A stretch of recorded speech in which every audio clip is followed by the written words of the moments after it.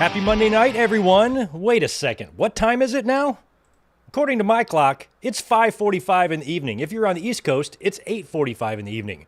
We're starting a Raw review, as Zach says, before 9 o'clock or before 6 o'clock if you live in California like I do.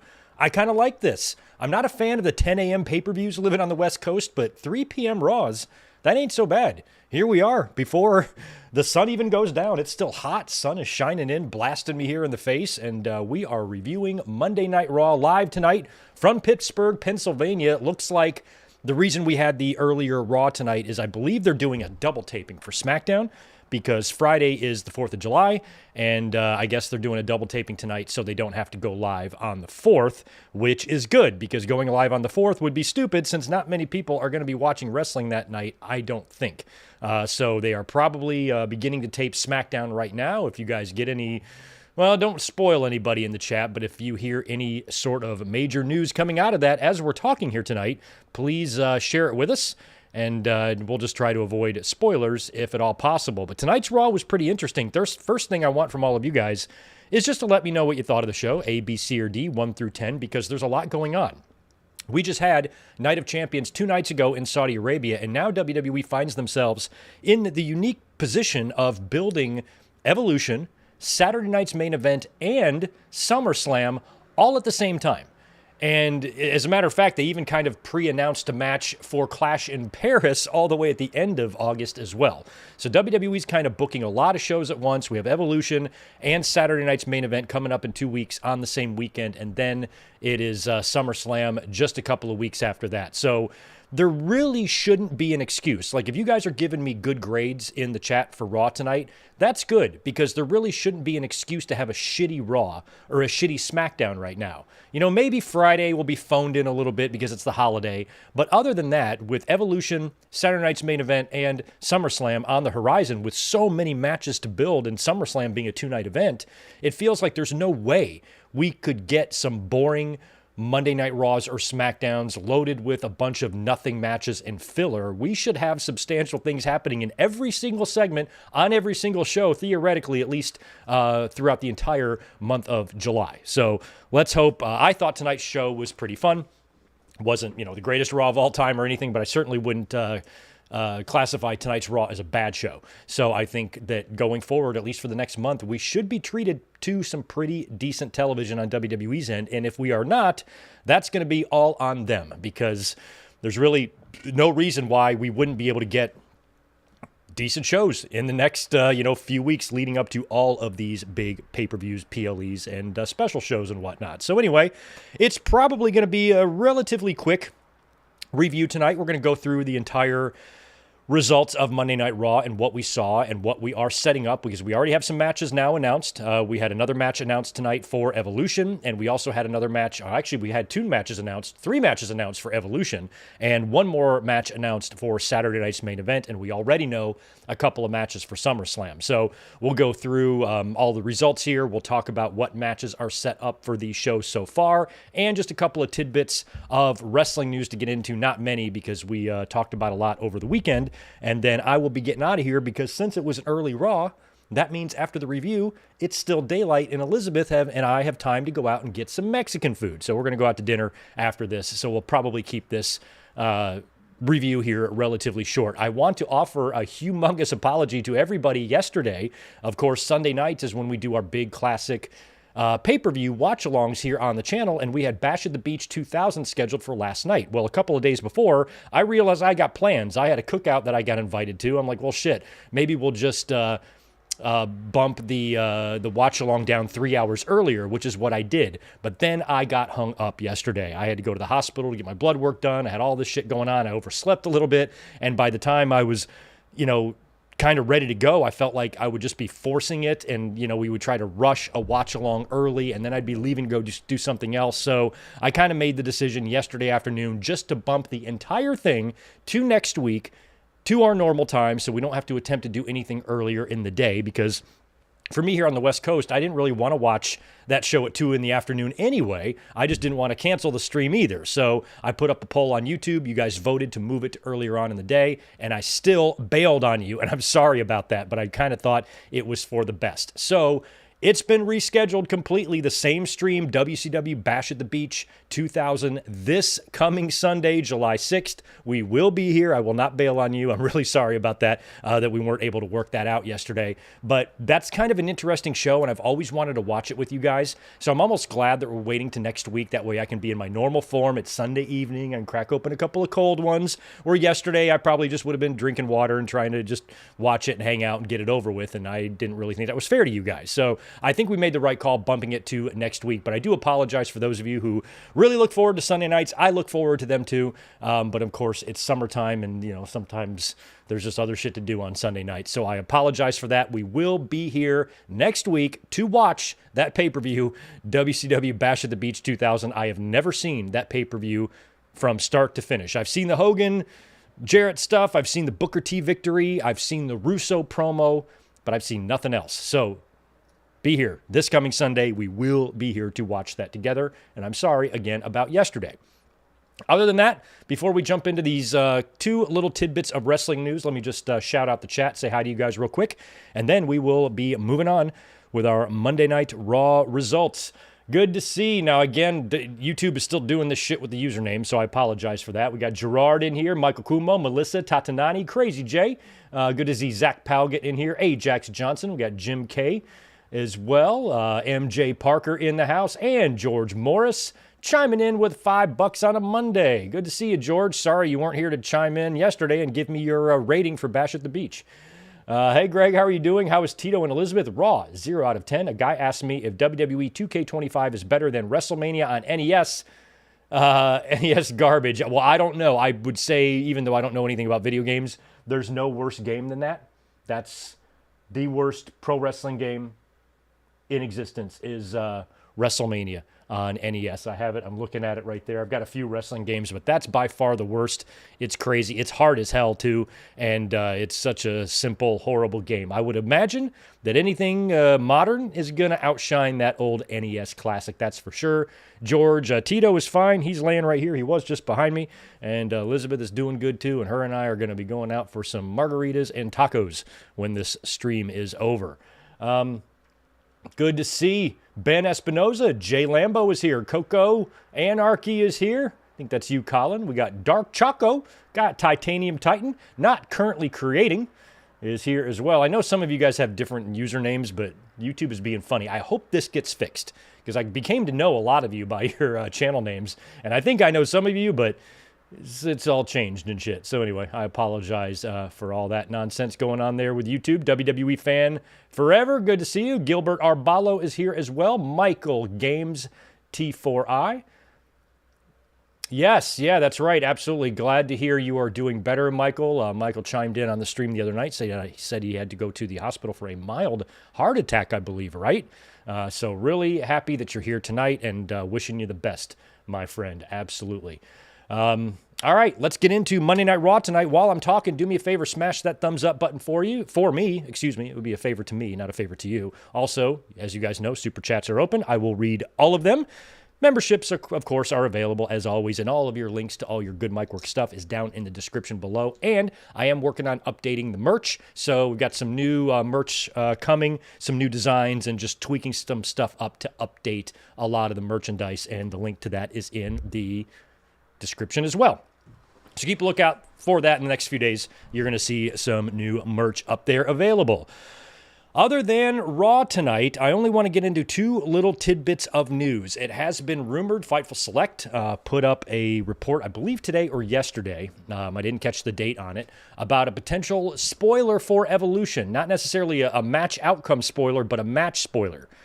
WWE is trying to convince Trish Stratus, I guess, to work Evolution, and Trish Stratus has been spotted in Pittsburgh today ahead of these tapings. So if you are the type of fans who like to read spoilers, I would not be surprised if you read later on tonight that Tiffany Stratton and Trish Stratus have set up a match at Evolution. Would not be surprised at all if that's the match they're going to do, and if they set that up here this evening, possibly even as we speak. For all we know, Tiffany has opened the show and Trish is already out there challenging her. But I have a feeling you will see that this coming Friday on SmackDown based on that report from Fightful Select. If not, I don't know what Trish would do. Trish already has a history with Tiffany, so making a match there would, probably seem somewhat likely.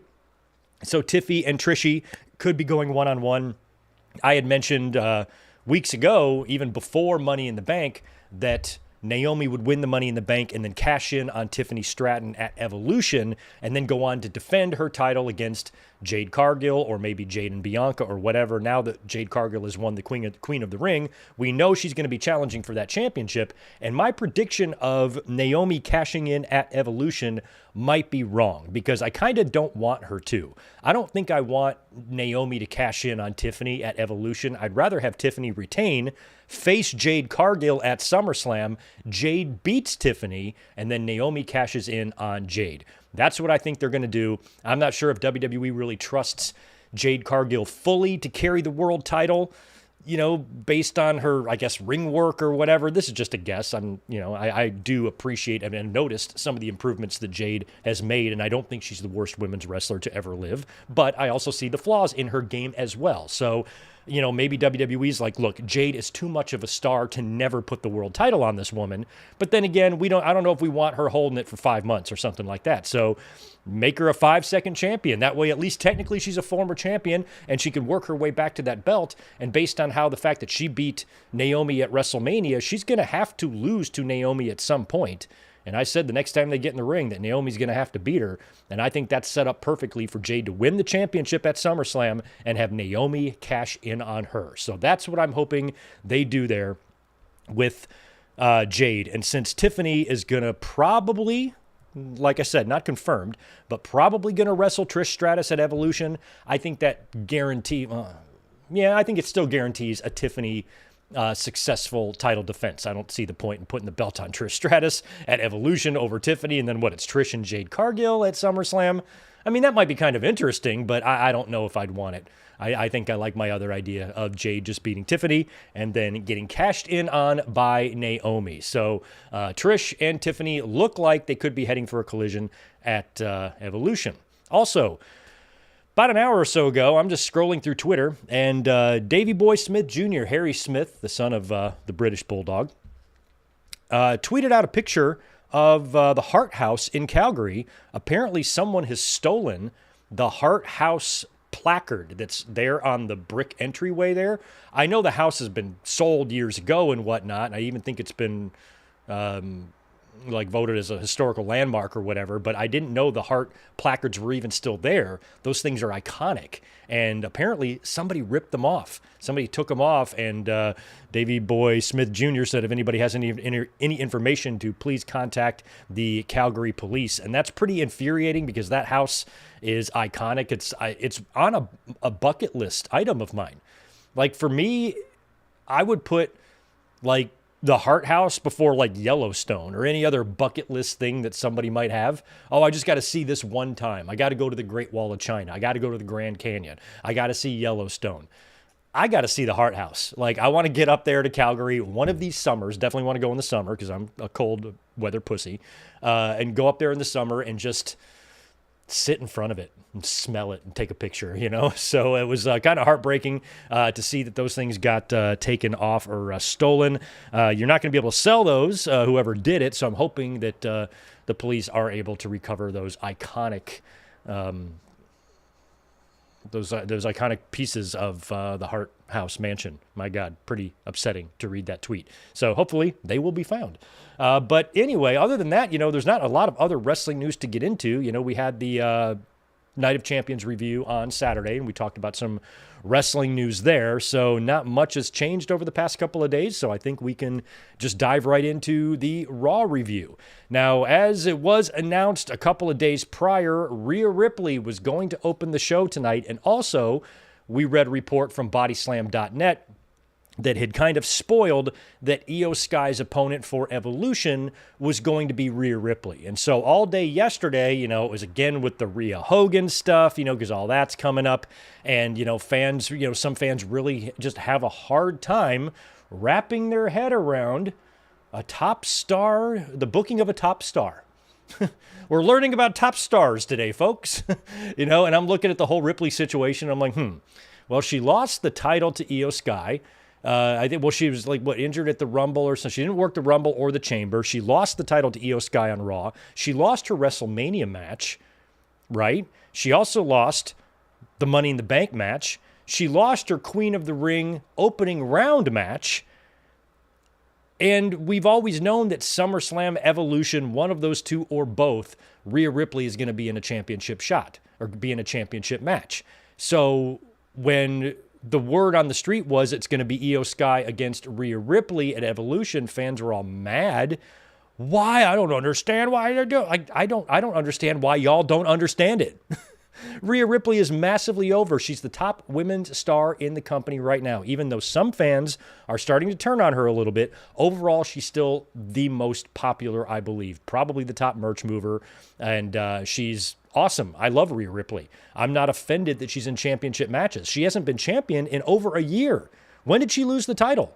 Last April of 2024? So we're talking over a year without being champion. Lost at Mania, lost at Money in the Bank, lost at Queen of the Ring. So is it the losses that are bothering them? Like, oh, she shouldn't get a title shot because she's lost? No, she just shouldn't get a title shot because fans think she's pushed too much. Well, I just told you that she's not. Hasn't been champion over a year. Lost more matches this year than she's won. What are we talking about here? You're mad that she got a title shot? It's been the same shit since the 70s. There's been decades upon decades upon decades of this extremely typical, normal way of booking top stars. They tend to get title shots a lot. A lot of times you don't need to win a number one contenders match. I know a lot of fans don't have a memory before you did that, because nowadays everything's got to be 2 triple threats and the winner's face on Raw and the winner of that's a number one contender, and everything is just so formulaic now. It used to not be that way. Sometimes you would just get a title shot. And we've seen a lot of crazy things in the Royal Rumble. I think one of my favorites is what it would have been a Royal Rumble 2007, right? Who are the last two in the ring? Undertaker and Shawn Michaels. Who main evented that Mania? Shawn Michaels did after Undertaker won. He was on the undercard. So things like that never bother me. I don't really care about any of that stuff. But when it comes to Ripley or anybody, male or women's wrestler or female wrestler on the roster, once you are at the top of the card and you've solidified yourself as, one of the top overall faces of the company, and there's only a few of them, and Ripley absolutely is one of them, then no explanations are needed. Fans are always digging to look around for logic in one of the most goofy forms of entertainment you can ever think of to watch. Why are we looking to find rationality and logic in stuff like this when you don't need it and none of it is really that difficult to comprehend? Rhea Ripley is a top star. Top stars get title shots sometimes. And sometimes top stars get those title shots without having to win, a triple threat on Raw, number one contenders match to get that. I mean, Goldberg has been out of the ring for several years. He's only wrestled a grand total of 11 minutes in the last 19 years, and he's walking into the ring and getting title shots. I guess the same arguments were being made there for Goldberg, but it seems like it's louder for Ripley. It seems like there's a contingent of the audience, all young, because only young people think this way, that see somebody succeed a lot, win a lot, or experience a lot of success, and their brains cannot comprehend how that's possible without something,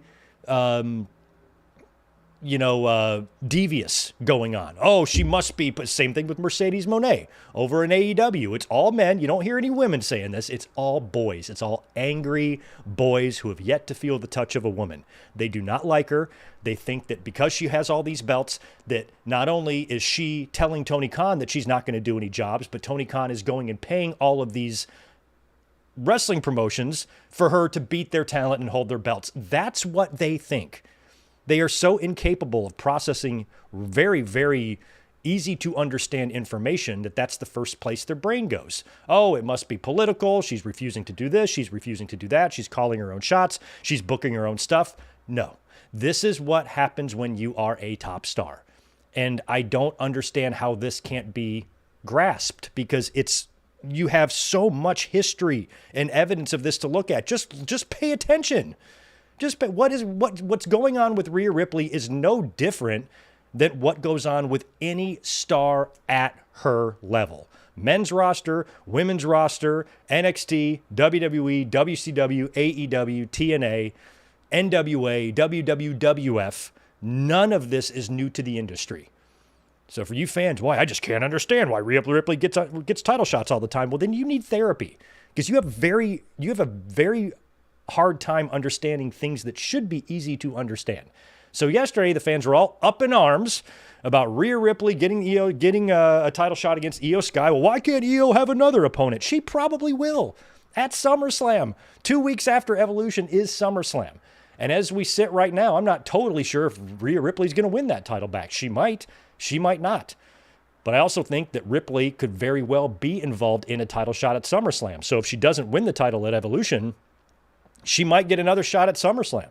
Remember that triple threat I had pegged for Naomi, Jade, and Bianca that I don't think is going to happen anymore?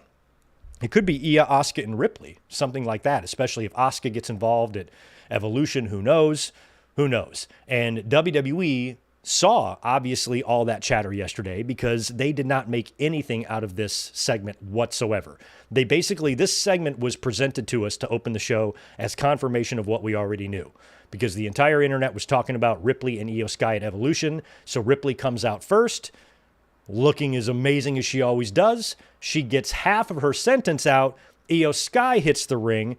She says a couple of things. Io Sky, Rhea Ripley, Evolution. And Ripley says, just remember, you asked for this, and that's it. Bada bing, bada boom. That match is made for Evolution. It's almost as if Triple H said, why bother doing a 10-minute promo between these two just to announce the match that the fans already know is going to happen anyway. So they really didn't waste any time there. Rhea Ripley and Io Sky now one-on-one is set for Evolution. And I don't totally hate this match because Io Sky did defeat Rhea Ripley in that huge upset on Monday Night Raw to win the championship. So doing this match, running it back, it's not weird. I don't understand how fans are like, I don't understand why this match is happening.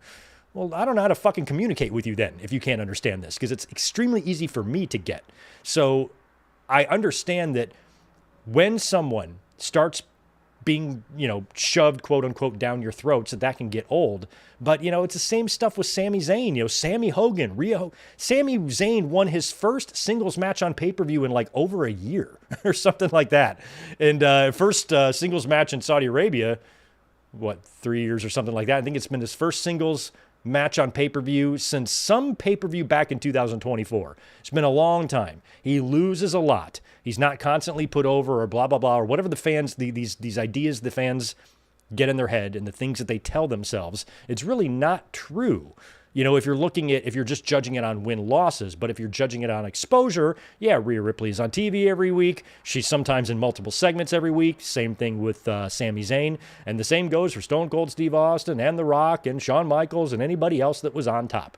They would be seen multiple times on TV week after week after week. Even if they were stringing up some losses, it would appear that they are just always on TV. So I think the fans just can't separate the two. Sometimes they want to look at wins and losses. Sometimes they want to look at, too much exposure. But, any of this chatter that's been happening, regarding Ripley or Sami Zayn, I just kind of laugh because it's so incredibly routine. There's nothing at all about this that is different, abnormal, weird, unorthodox. It's all the same shit we've all been watching for our whole lives.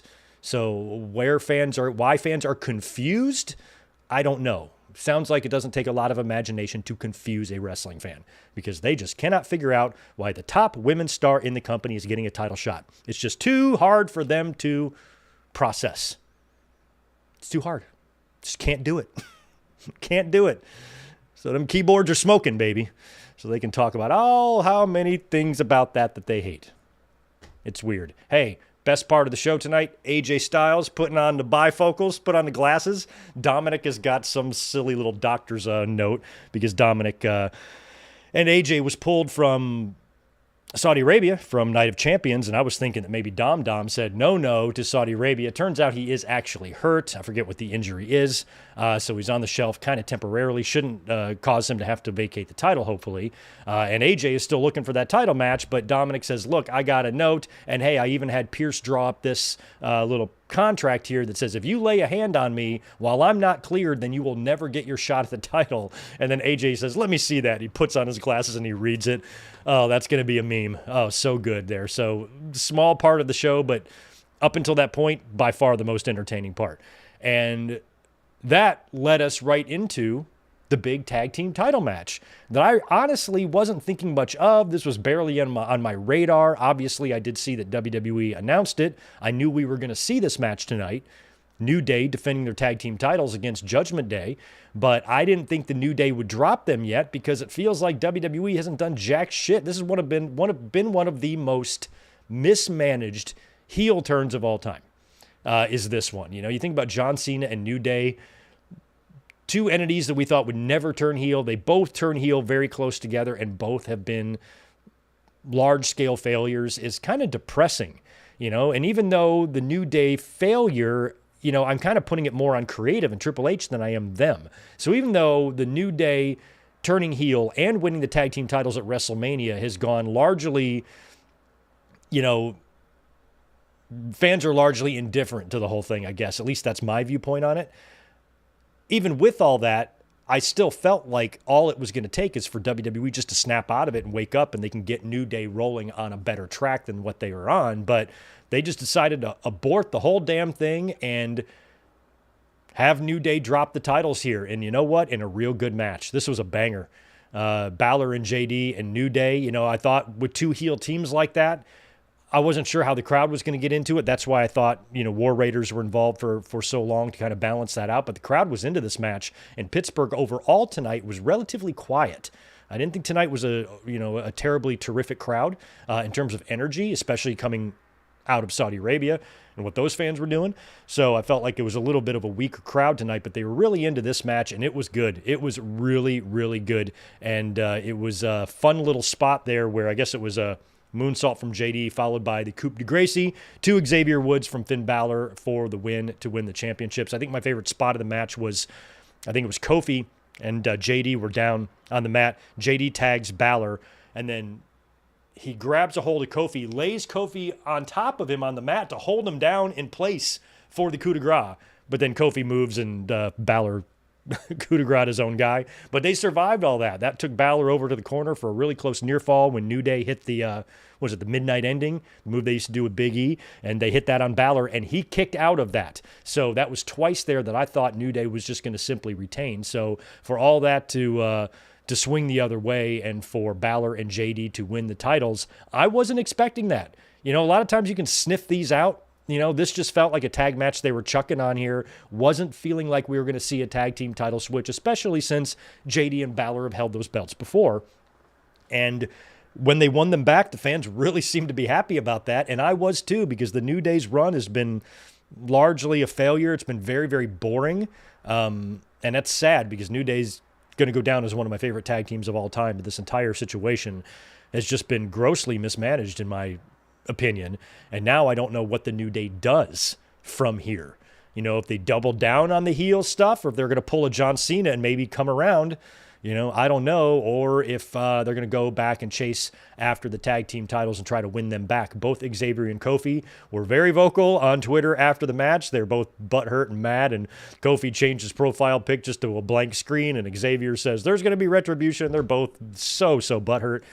So we'll see, you know, how they plan to retrieve their tag team championships. But now the Judgment Day is literally decked out in gold. Every member of the Judgment Day is a champion.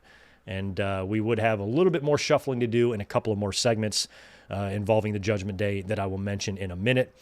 Then we go backstage to a Bayley interview with Jackie Redmond. Lyra Valkyria shows up, so this interview was way too hot for me. Jesus Christ. So Bayley is just, you know, talking about her still wanting a shot at Becky Lynch's Intercontinental Championship. Lyra shows up, and they start arguing because of what happened with that championship match last week. And before Becky Lynch even won the Intercontinental title, like, think about that. Before Becky Lynch even beat Lyra for the title, not only did we know she was going to eventually beat Lyra, but we also knew they're probably going to do Lyra, Becky, Bayley in a triple threat at Evolution. This has been evident for weeks. And what's annoying about this is that every single match in this Bayley, Becky, Lyra saga is just obnoxiously predictable. Like, you can see everything coming from 5 miles away. You know exactly what's going to happen. So Bayley, she's being interviewed by Jackie. Lyra comes in. They start arguing and screaming at each other. Adam Pearce then swoops in and makes, for later on in the night, a number 1 contenders match for Becky's Intercontinental Championship between Bayley and Lyra Valkyria. And as soon as that match was made, I'm like, well, there you go. 1 step closer to that triple threat. You know, it's like they got the fucking playbook on how to do this, and they're just following it step by step. So I thought we could see Becky show up and screw up the number 1 contenders match. I thought we could see that. Either way, all I knew was we weren't going to be getting a decision out of that match later on, and we would not.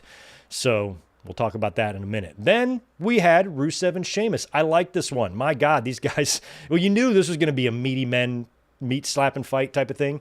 So we expected that. You know, Sheamus is probably having more bangers now than he ever did 11 years ago. And back in the ring with his old pal Sheamus, and just knew this match was going to be 2 guys beating the shit out of each other, and that's exactly what it was. Man, Sheamus was really beaten up, just welts on him. He was so sweaty, even his hair was kind of matted down. And Rusev was, I guess both of them were kind of fucking with it, right? But it was Rusev who took off, you know, the back part of the turnbuckle pad that exposes the long part there, you know, that attaches the buckle to the post. So he takes off that protective padding there, grabs a hold of Sheamus's arms, and then pulls him right towards them. So Sheamus's chest just goes right into that, which had to hurt like shit. And then Rusev hits Sheamus with the Machka kick for the win. That was the correct outcome there. You got to have Rusev go over here, even if it took, an exposed turnbuckle to slightly protect Sheamus. That was the right outcome here. I think Rusev could have been dead in the water if he would have lost here, just eating a bro kick and got pinned. So this was not only a good win for Rusev, but it was a good match. So on Raw, the fans of Pittsburgh were treated to a great tag team championship match, and this one between these 2 guys was pretty damn good as well. Also, they had advertised that Adam Pearce and Nick Aldis would be making a joint announcement of some kind tonight. They did. They announced that at Evolution, this was kind of done in a pre-tape. It wasn't in the ring or anything, just a pre-tape video. Pearce and Aldis announced that there's going to be a battle royal at Evolution with the winner getting a championship match at Clash in Paris, which is way down the line in 2 months from tomorrow from right now, I guess, on August 31st. So I'm not sure if it's going to be confined to that brand like the King and Queen of the Ring was, probably. So I would think the winner of that battle royal will get a title shot against the champion on her brand. And that could be anything, because I think they're going to have NXT women involved in this as well. So early predictions for that, maybe Stephanie Vaquer. I don't know what Stephanie's going to do. I think Stephanie's going to have a big match, though, at SummerSlam. I think Stephanie Vaquer and Rhea Ripley could possibly be a match for SummerSlam, maybe, unless they want to save that. But I don't know if Stephanie's going to have a one-on-one match at Evolution. They might want her in a one-on-one match instead of in the Battle Royal. So basically, here's my take on it. If Stephanie is in the Battle Royal, Stephanie wins the Battle Royal. There you go. Otherwise, Stephanie might be doing something else on the show, maybe in a one-on-one match or something. Here's something fun. We go backstage again. Jackie is back there, and she's interviewing American Made. And she mentions that Chad Gable is out with an injury, and we kind of knew that he had gotten injured a couple of weeks ago on the weekend of Money in the Bank, so he is officially out, and I think he's going to be out for a little while, which really sucks. You know, we talk about the Liv Morgan injury. I think the Chad Gable injury is just as devastating to the Raw roster, because he really is, you know, a good part of that backbone, you know, and that's just such a terrible loss. But then we see El Grande Americano join American Made. And this was funny because a lot of you see it online all the time. You see all those fans that think that El Grande Americano is Chad Gable. So when they saw when Chad Gable was hurt, all those fans assume, there's that word that I love again, they just assume that since Chad Gable is out, that El Grande Americano, we're not going to see him either because they're the same person. I don't know how many times we have to tell you this. They are not the same person. And we got even more proof of that tonight, because El Grande Americano walked right into frame there. So if Chad Gable is El Grande Americano, how come we didn't see him injured? Chad Gable is at home. How can he be in two places at once? And people say, no, Greg, you're wrong. If you look at El Grande Americano, he's clearly taller. He's way taller than Chad Gable. So it's clearly somebody else. Oh my God, I don't know how to explain this. I don't know why fans can't understand. This is just simple, basic shit that you learn in school. Look, Mexican inches are more than American inches. Okay, so when you see a luchador appear on TV, he's going to look taller because in Mexican inches, it's more. It's just an illusion. It's just an illusion. And the fact that so many fans can't get that, they're trying to say it's like Ludwig Kaiser under there and all these. I'm like, what the fuck is wrong with you guys? They don't understand the difference between Mexican inches and American inches. So, of course, El Grande on American TV looks a few inches taller than Chad Gable because of the Mexican inches. Some fans, they just don't get it. They just don't get it. It's impossible to argue with these people because they are insisting that Chad Gable's El Grande Americano, and I can't with these people. Let's move on before I get too mad and go on too much of a rant on these idiots. Let's talk about the Gunther promo next. Gunther, he's got a big match he's got to build for at Saturday night's main event coming up in a couple of weeks against William Goldberg, and also assuming that Gunther retains his championship on Saturday night's main event, and he goddamn well better, he's going to have a match at SummerSlam as well. And I'm really curious what that match is going to be. But we'll talk about that in a minute. First thing we have to do is talk about Gunther and Billy Goldberg. I got to say, Gunther's promo on Goldberg was good. I liked it. He said that he's never been scared of Goldberg, and he's certainly not scared of what's left of Goldberg. And he said that Goldberg doesn't like bullies. Well, he's the biggest bully of them all. And on Saturday night's main event, he's going to bully Goldberg. He's going to humiliate Goldberg. And he's going to expose Goldberg and show that everything that people thought he had, that he never had it, and all this shit. So really good stuff there from Gunther. I enjoyed that. And then we hear the music of the visionary Seth Rollins. He's out with his briefcase with Paul Heyman. And he reminds Gunther that he said, hey, when I won this briefcase, I said I'm going to make life for both champions a living hell. So, and he said, Gunther gave him shade for not cashing in at Night of Champions. He goes, I wasn't trying to, and I said that too. I said that on the review. I'm like, there's no way Seth was coming out there with the intent to cash in because he was wearing clothes out of Becky Lynch's closet. He's not going to wrestle in that. So, Seth was like, hey, I wasn't intending to cash in. I just wanted to come down there and fuck with him. And that's what I'm going to be doing to you too. And that's when CM Punk's music hit. Now, we knew CM Punk would probably be on the show. Raw tonight was in Pittsburgh, and Punk, almost trying to immediately cleanse himself of the Saudi Arabian stink. First thing he does when he gets off the plane is he attends some sort of a protest. I think it's a women's rights protest or something like that in Pittsburgh. I didn't even see what protest it was for, but it was for a good cause, like Punk always does. But it was kind of funny, that's the first thing it was basically like him taking a shower. So I'm like, well, Punk was photographed or videoed in Pittsburgh yesterday for this protest. Raw's in Pittsburgh tonight. He's probably going to make an appearance on the show, even though he's not advertised. Holy shit, I think one of the cats just caught a bird out there. I can hear it. Ooh, bye, birdie. I was in that play, by the way, in high school. So, where the hell was I? Talking about Punk and Rollins and the briefcase and all that stuff, right? So, Punk and where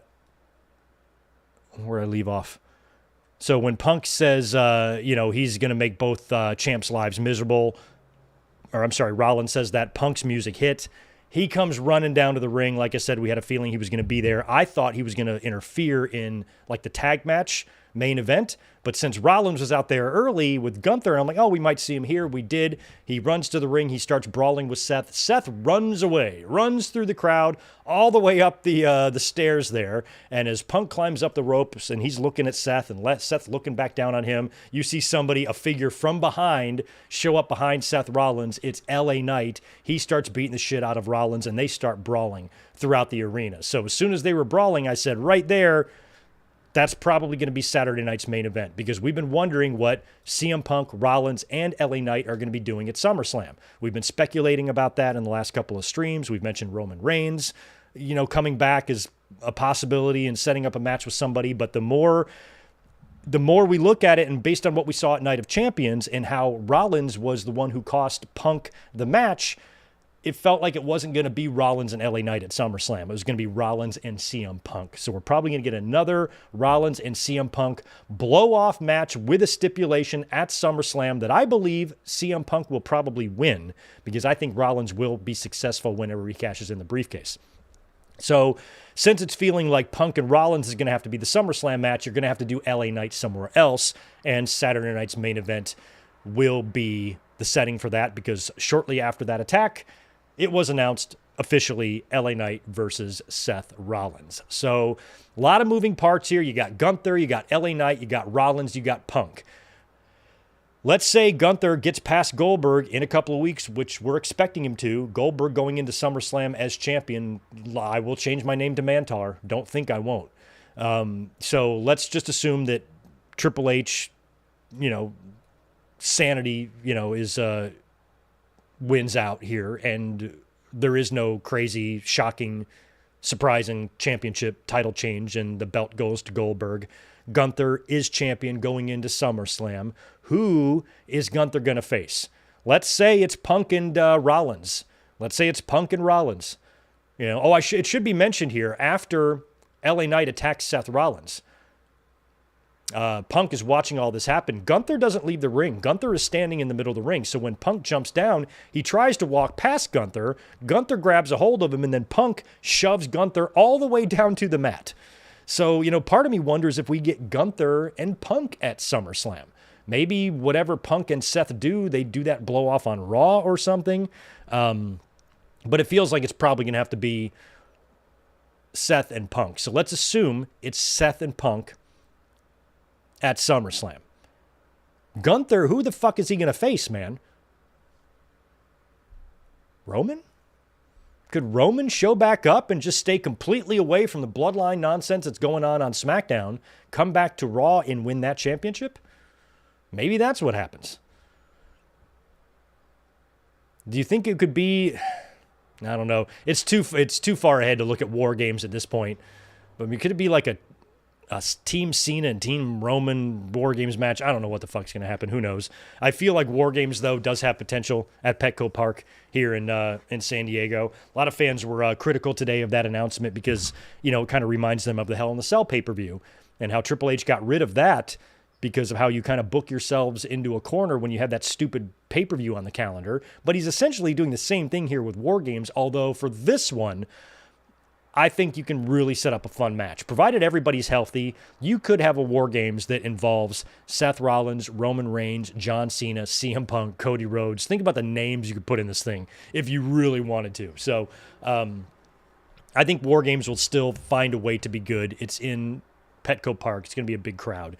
So I think that card will still hopefully be booked attractively to be able to draw a big audience like that. So Rollins and Punk feels like they're headed for a blow-off showdown at SummerSlam, and that's a blow-off that you can give to Punk because Rollins can then just turn around and win one of those championships. So that's kind of the way I see it going. In terms of LA Knight and Seth Rollins on Saturday night's main event, I feel like there's going to be a lot of interference there. We might not even get a finish out of that. And when we heard that LA Knight was going to be feuding with Rollins, it sounds like that could be a short-lived feud here if they're just going to do one match at Saturday night's main event and that's it.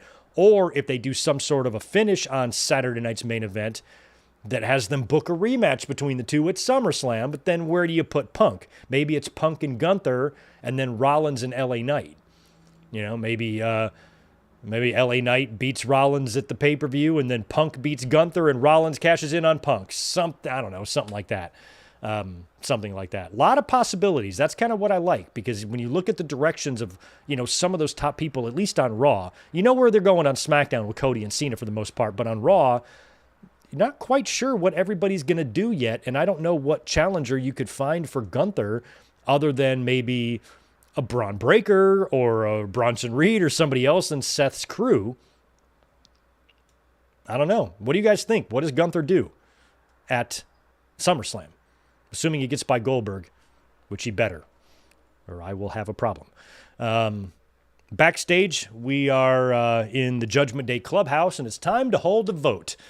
So now we got all the gold there. Dominic's the Intercontinental Champion. JD and Balor just won the tags. And, of course, you have Liv Morgan and Raquel Rodriguez as the women's tag team champions. But, of course, Liv got hurt last week, and she's out now for several months. And it did look like it was going to be a pretty easy thing to creatively manage because you have Roxanne Perez right there. She can just fill in for Liv and become tag team champions, or a tag team champion. They've been setting that in motion, and here in the Judgment Day Clubhouse, it was made official where they all held a vote, and apparently in the Judgment Day, it's got to be unanimous because they were kind of inquiring about Roxanne being the champion, and then, Dom's like, I don't know. Like, Dom is like scared shitless. Raquel's not quite sure, and then Balor's like, how about we take a vote? And Balor's like, the only reason I want this to happen is so we can stay decorated. If you guys don't vote Roxanne into the group, you're probably going to have to forfeit those tag team championships. That way they stay here. So Balor does bring up a good point, even though I think he's really enjoying the turmoil and the tension that he's causing.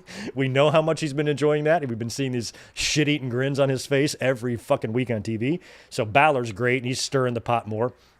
And then they all kind of vote. Balor, of course, is a resounding yes, and then JD's like, yeah, okay, only because I want the championships here. And then Dom's like, I got to talk to Liv, man. He's like, no, just do it now. And he's just like a reluctant yes. And I'm like, okay, well then there it is. You've got the numbers there, because even if Raquel votes no, you got enough yeses to vote her in. But I guess in Judgment Day, it's got to be a unanimous vote there. So Roxanne, of course, also votes yes, and then Raquel goes, okay. So everybody voted yes. Roxanne not only is now an official member of the Judgment Day, but she's also a tag team champion now. And if you were flipping through the channels and you see all those Judgment Day members there, and then you have little itty-bitty Roxanne, you'd swear it was Roxanne's Make-A-Wish. I've said so many times that she just looks like a child to me. But when she gets in the ring, she can go. But there's something about Roxanne. When I look at her, I see a child. I see a 7-year-old child. I don't know why my brain thinks that, but to me, she just looks like a little kid. And I worry about her taking bumps and stuff. But she's good. She's got good moves and shit. But she's like 3.5 feet tall and 71 pounds, so she just looks like a kid to me.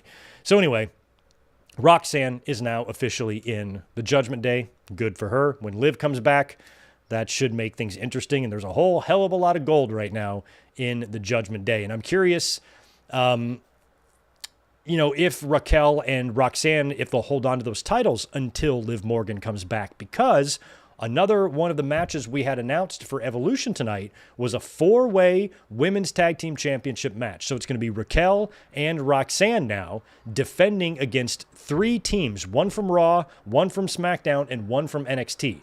Now, I didn't catch how they're going to determine these challengers. I don't know if there's going to be qualifying matches on the brands or whatever to figure out who gets in these matches, but Roxanne and Raquel will defend the tags in a 4-way. So the one good thing about that is that if I feel like they might be safe from the Bellas now, because prior to Liv's injury and the angle they did between Liv Morgan and Nikki Bella, it felt like it was either going to be Nikki and Liv one-on-one, or it was going to be Liv and Raquel versus the Bellas for the tags at the pay-per-view instead. So Liv Morgan's injury might have saved us from Brie mode. Might have to rethink how I feel about injuries. I don't know. But with that 4-way now kind of being announced, I almost feel like that rules out Nikki and Brie. There'd be no reason to put them in that one, right? Plus, they're not affiliated with any brand, and they made a point to say it's going to be Raw, SmackDown, and NXT team challenging Roxanne and Raquel. So I feel like the tag titles might be safe from the Bellas. It'd be cool to put the Iconics in there, or the what are they, the Ice Inspiration now or whatever. They're back. But yeah, 4-way tag team titles, Evolution. We'll see what happens there. Then it's time for that Intercontinental #1 contenders match between Lyra, Valkyria, and Bayley. Again, I was barely paying attention to this match because I knew that whatever we saw, we weren't going to get a definitive finish. I thought we were going to have Becky come out, cause a DQ. Instead, we got the old double pin. Good old double pin there. Bayley and Lyra pinned each other. So they're both pinned. It's kind of a no contest. So we didn't learn who the #1 contender is going to be. And usually when this happens, it leads to a triple threat. And this is something that we had figured out last Christmas. We fucking knew this match was going to happen at Evolution. So now with the double pin, both women continued to brawl throughout the crowd. There's some bad blood there now. Lyra and Bayley are no longer BFFs, brawling all through the crowd. And I assume that next week we're going to have Pierce either try this one more time and then have it fuck up again, and then he's just like, fuck it, we're doing a triple threat, or just announce a triple threat. One way or the other, Becky will probably defend against Bayley and Lyra. So I was thinking that in order to justify that, usually what you do in those situations is Becky would have come out here and interfered, caused the match to be thrown out, and then Pierce was like, hey, since you want a piece of these two women so bad, why don't you face them both? They're probably going to do something like that next week. So it's going to be another Bayley and Lyra segment. Maybe Becky comes out. Maybe it's not a match. Maybe it's just a segment. And then Becky comes out, starts making fun of them. You two are at each other's throats. And then the three of them start scuffling. And then Pierce comes out and says, all right, that's enough. Becky, since you want to stick your nose in their business, why don't you go ahead and just defend the belt against both of them? So it's probably going to be a segment like that because that's what they always do. And every single thing they've done throughout this entire situation between these three women has been predictable. Like breathtakingly predictable. Like Jesus, we like I said, we saw it coming last Christmas. As a matter of fact, when I was carving my Thanksgiving turkey, pretty sure I had this one in my head. So every single damn thing they have done has been predictable. And that sucks because the matches haven't been bad. Lyra has really been holding her own in there with these two, top tier women who've been doing it for a long time now, and Lyra has come in there and fit in really, really nicely. I think Lyra has done better than Julia, to be honest. And she's a hell of a worker. And all three of these women are really doing well despite the shit creative that they've been given. So I feel like all three of them deserve better than this incredibly predictable pace that we are on here to get to these matches that, we've known about for weeks and weeks and weeks. Like we can see where it's going. So sometimes I feel like WWE should be mindful, like when they really have something predictable going, nobody in that writer's room is speaking up. Like, hey, Triple H, I think like every fan and their mother is going to see this coming. You want to add you want to throw a wrench into that. Just take them down a dirt road for a couple of minutes before you put them back on the path, just so you don't bore them to death. Again, I don't know what that would be, but generally speaking, if you're going down a very, very creative path, make a sharp right turn just to keep the fans on their toes. Otherwise it's just like you can watch this shit with your eyes closed. Half the time when I'm watching Raw, I'm looking at social media, I'm making notes, I'm only peripherally watching the show, and I can still see everything. Because you can just see everything. You can tell commercial breaks are happening before they happen. You can see everything coming 25 fucking miles away when you're fans like us who've been watching this stuff for so long. So anyway, we're one step closer now to that triple threat at Evolution. That will probably be officialized next week, unless it's already been officialized on social media right this very moment. And that leaves us with the main event. Big tag team match. Feels like something they'd schedule for Dynamite after a big pay-per-view main event with everybody getting involved. And we did see Penta and Sami Zayn and Breakker and Reed all make appearances in the main event at Night of Champions. So it was going to be Penta and Sami Zayn teaming up against Braun Breaker and Bronson Reed. So the two Brawns taking on Penta and Sami. Sami, before the match earlier on in the show, I think it was in the same segment as the Jackie interview with El Grande Americano.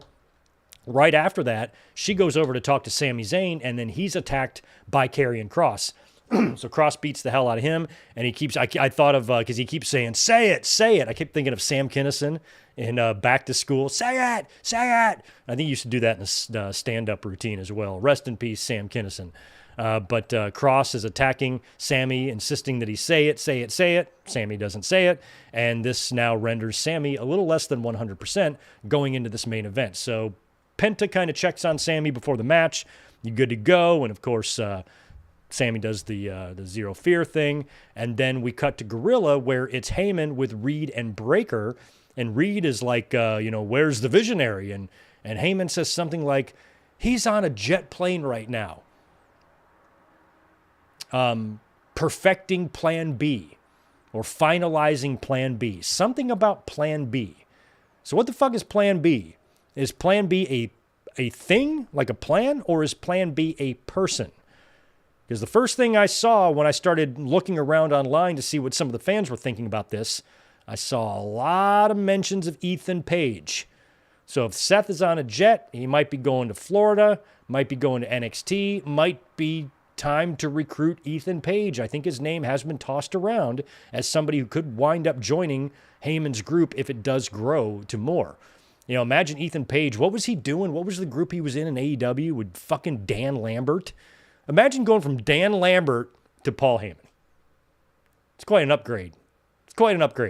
So I kind of like that idea. If that's where Seth is going, if he's going down to Orlando to recruit Ethan Page or maybe even a Ricky Starks, sure. That's what you brought those guys in for, right? So they can make better use of them than AEW did. So I think Page might be a better fit than Starks or Ricky Saints. I think Page would be better, a better fit there. I think he fits the group better. He's a little bit bigger. I think Starks would almost look like too small in that group, but could be Saints, could be Page, but I think Page is a good plan. So sounds like Seth is on his way to find a Plan B. Tag match was fine. Sammy, again, he's going into this thing injured. I think he was taped up a little bit. In the end, he ate a spear from Braun Breaker to give the heels the win. That was, again, pretty predictable based on what happened between Sammy and Karrion Kross earlier on in the night. You didn't think that, he's going to come back and win a match like this against this crew with Heyman out there. No way. So Breaker and Reed wind up getting the win there. They continue the beatdown on both guys after the match. And I was wondering, I'm like, well, if Rollins is gone and Punk has already done his run-in, who's going to come out and save these guys? I completely forgot about Jey Uso. Uso's music hits. He comes down, makes the save, and the show pretty much goes off the air that way. So it sounds like what we could get either at SummerSlam or even at Saturday night's main event, but we could get Jey Uso and Sami Zayn versus Braun Breaker and Bronson Reed. Or, no, then they wouldn't do that. I was about to say we could get Penta, Sammy, and Jay against like Breaker, Reed, and Cross. But then you got Cross joining the group. I don't know if Cross is going to be joining the group. Don't know much about his contract situation either. Apparently it's up in August. So if they were going to, like, let's say WWE had decided that they are not going to renew Cross's deal, I feel like they might have told him by now, or they certainly wouldn't have him on TV. Because we've only seen this recently with WWE where they've decided not to renew contracts, but usually once they decide that person's off TV. Like R-Truth and Sonya Deville and shit like that. They still had time left. They were just informed their contracts are not going to be renewed, and they were essentially done. But they weren't, or at least Sonya wasn't really being used much on television. Well, yes, she was, because she was in the Pure Smoothie Collective or whatever.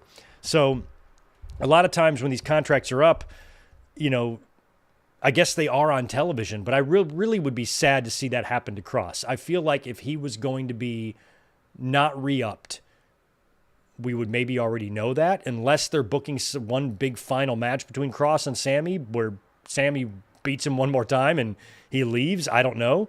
But based on everything they're doing with Sammy, with Cross anyway, and the fact that he's being associated with Sami Zayn, who clearly is on the path to be a world champion next year, I fully believe, I will be very, very surprised if we are at the end of 2026 and Sami Zayn is still not a world champion. I feel like he'll win the Royal Rumble and could very well win the championship at WrestleMania. Probably not the world title.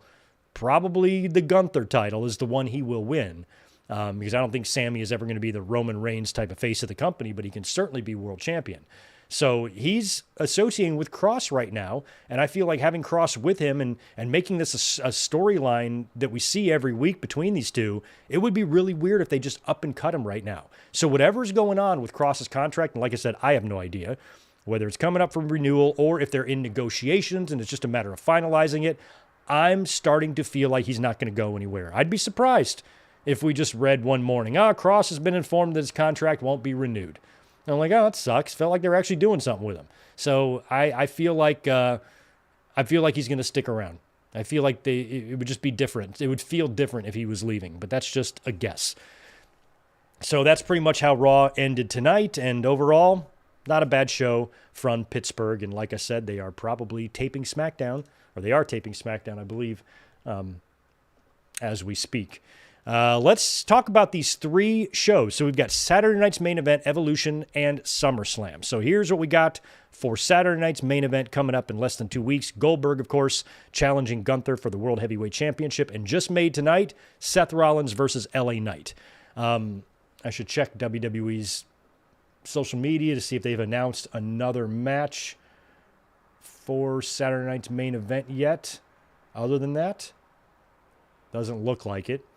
And then for Evolution, we had 3 matches announced.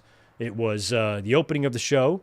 Io Sky will now be defending her championship against Rhea Ripley. We're also getting that Battle Royal that Adam Pearce and Nick Aldis announced, and that's going to be where the winner gets a championship match at Clash in Paris all the way at the end of August. So at the end of the summer, that's where that title match comes into play. And then also, as announced tonight, it's going to be a women's tag team championship fatal 4-way match with Raquel and Roxanne defending against a team from Raw, a team from SmackDown, and a team from NXT. And then for SummerSlam, we currently have Cody Rhodes versus John Cena and Jade Cargill likely versus Tiffany Stratton. Now, Tiffany is going to have to defend, obviously, probably at Evolution, probably against Trish Stratus, and I don't think Naomi will cash in there. I think at this point, if Naomi's going to cash in, she needs to cash in on Jade. So I feel like it'll be Jade and Tiffany at SummerSlam with Naomi definitely cashing in there. And then we also have Clash in Paris, which is at the end of August, so that's a 4th show that technically already has 1 match announced, sort of. The winner of that Battle Royal is going to face one of the champions. So it's a lot of shows. And we have 3 big shows coming up just in the next 4 weeks, so that's big. Yeah, and that's pretty much a wrap for tonight's review. Let me see what the chat is saying about everything. Max, it's cool. Oh, hey, look, guys. Some of you guys are back. Some of you guys have got your names. I'm looking. Are they starting to repair themselves? Look at some of those usernames. It feels like they're coming back. They're back to normal now. Some of you, like we started the stream. You guys all still had the @ next to your name. Now it looks like it's being reverted back to where it was. Cool. Yeah, Max Pokebrew, you're the first one I saw. I'm like, hey, Max, your channel name is the same. And then I realized that you're all back. All right, so whatever was going on there with YouTube, it looks like they have fixed it. Everybody's got their name back. I'm glad. I'm so glad y'all are back. I've missed you. I didn't know who some of y'all were. Some of you I did, but some of you I didn't. I had no idea. But Max, you said you're so done with, no kidding, you're done with Seth and Punk? Drew versus Punk was better because it was 3 matches straight. Yeah, Punk and Seth seemed to be a little bit longer of a saga, but I do like those though. I do like the feuds that take a quick break and then go back to it. I don't mind those either. I think I'll wait till it's all over to judge them. I don't know who I'm putting first. Right now, Drew and Punk might hold the edge for me too, Max, but it depends on how Punk and Seth finishes up. Everything they've done so far has been fine. I think the reason I might agree with you on Drew and Punk is because I think Drew and Punk kind of over-delivered a little bit, and I was worried about how good that Hell in a Cell match would be, and it was tremendous. And that really helped. You know, that was really up there with match of the year. So it depends on how Seth and Punk close everything out, what kind of stip they do, if it's some sort of a stipulation match at SummerSlam. Hopefully nothing too lame. I feel like last man standing or something like that would just be a little too simple. They've already done a cage match. It probably will be a last man standing match or something like that, though, between Rollins and Punk. And I think Punk will win the blow-off because it's easier to book it that way.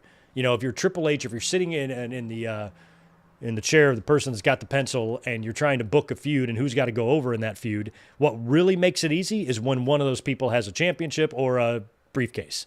Because with the briefcase, Seth can lose. He does not need to win. He can lose and then turn right around and win the title, which basically just negates the whole damn loss anyway. So it's really easy for Triple H. I think in a situation like that, if he has to, really have to wonder, who I'm going to put over in this situation, you're going to put over CM Punk because Rollins will win the title. Yeah, a lot of you guys forgot Raw was on early tonight. Been seeing that comment a lot. I saw a lot on social media too throughout the show. Holy shit, I forgot Raw was on. And same goes with this review.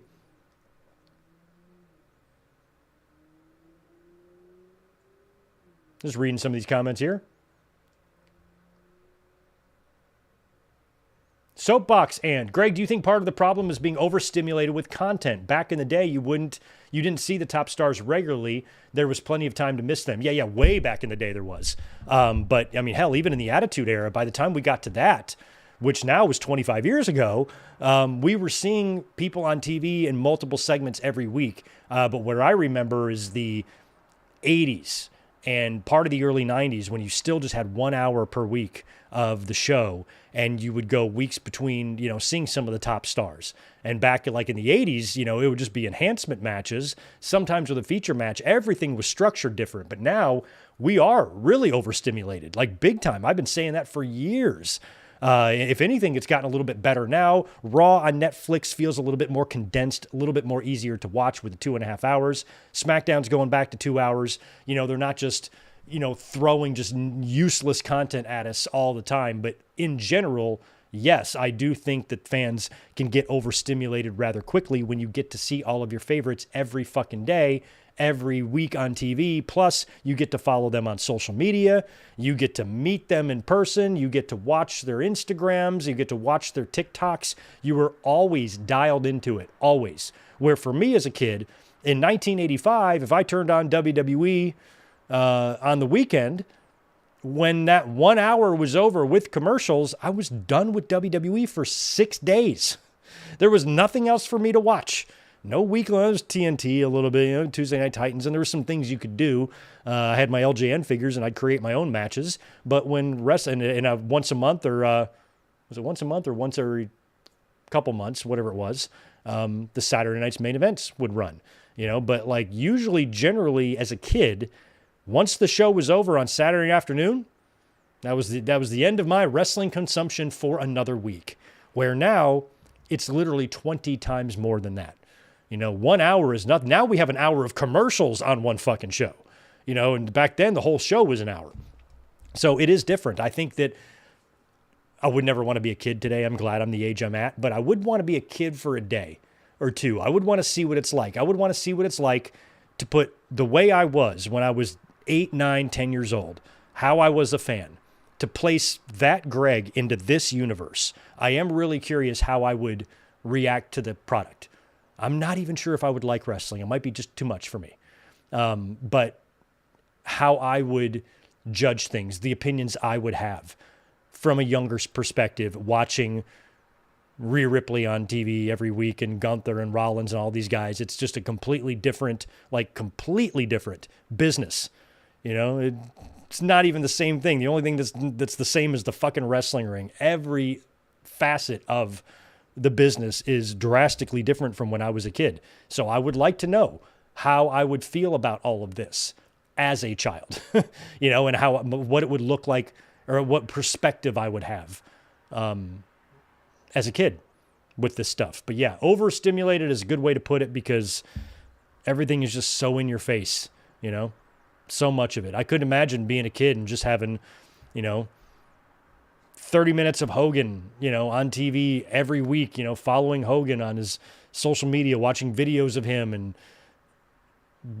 hanging on his every word. And, anybody you're a fan of as a kid, being able to be that, that surrounded by what they do and be able to follow like their every day, every word, every minute, see what they're doing. They're posting pictures at home with their kids on vacation. You never saw any of that as a kid with any of your favorite stars. So it's just a completely different world we're living in now. And I'm curious how I would feel about it if I was drastically younger than what I am.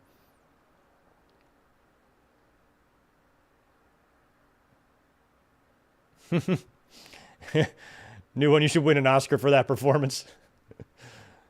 You're talking about there was no performing. There was no performing. What are you talking about?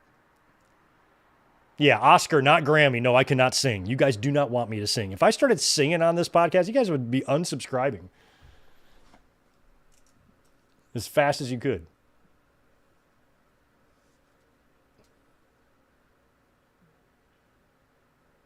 Oh, Zane, you did. I'll check that right now. I can probably find that. I wanted to read this other one here before we get out of here, too. Yeah, okay. For Punk and Rollins. They did a cage, though, already. Yeah, I could kind of see Hell in the Cell. Yeah, that would still work for a Rollins cash-in if you did a Hell in the Cell on night 1 and then Rollins cashes in on night 2. Hell in the Cell could work. But that would put 2 already, on Punk's resume since returning. Both of his issues blew off in Hell in the Cell.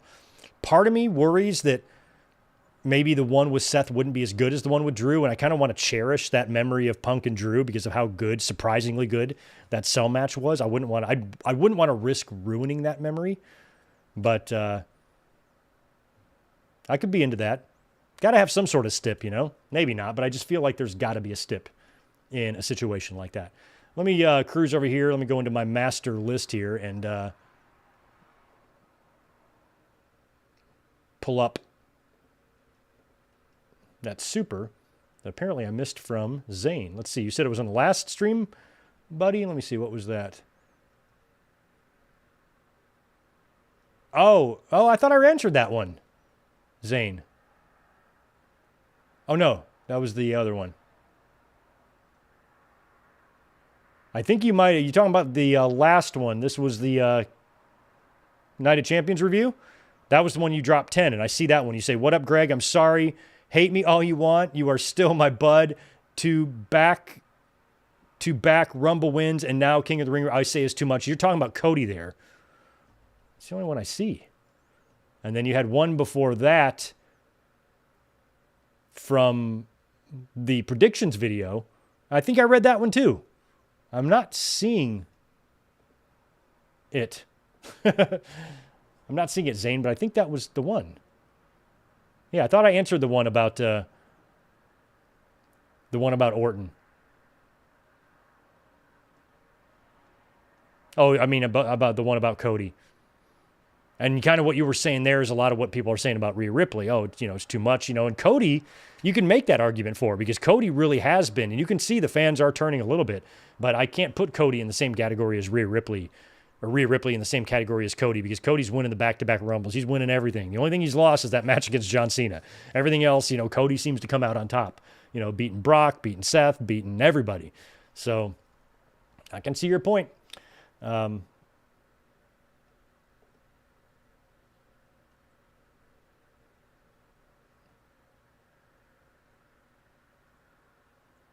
Yeah, Zane, if I'm still missing it, I'll try to find it for the next one. But right on. Yeah, Vontae, I almost said it, but I'm like, no, I know what you're talking about. All right, guys, I think that's going to be it for me tonight. I'm going to get out of here. I'm going to take advantage of still having this daylight left and go out and find some food to eat and all that kind of stuff. So you guys enjoy the rest of your Monday. We'll be back here. It's 4th of July weekend, so we'll be back here Saturday for the podcast, most likely. I'm not sure what we're going to have to talk about because we're going to hear about the SmackDown results tonight. And hopefully some wrestling news will be hitting us this week. And hopefully we'll have a good Dynamite to talk about Wednesday night. So you might see me before Saturday, depending on what my weekend schedule is. Maybe I'll hit you guys with a video ahead of the weekend so you don't have to worry about, your holiday weekend, trying to find my podcast. But we are going to be here this Sunday to watch Bash at the Beach 2000. I will not let you down on that again. Otherwise, we'll be here Saturday for the podcast unless I decide to come up a little bit earlier for you guys. Also have some SummerSlam YouTube shorts that I am just putting together that I'm going to kind of filter out in the next couple of weeks too, since we are on the road to SummerSlam. So a lot of good stuff coming in July. Looking forward to it. You guys have a great rest of your night, and I will be catching you real soon. Peace.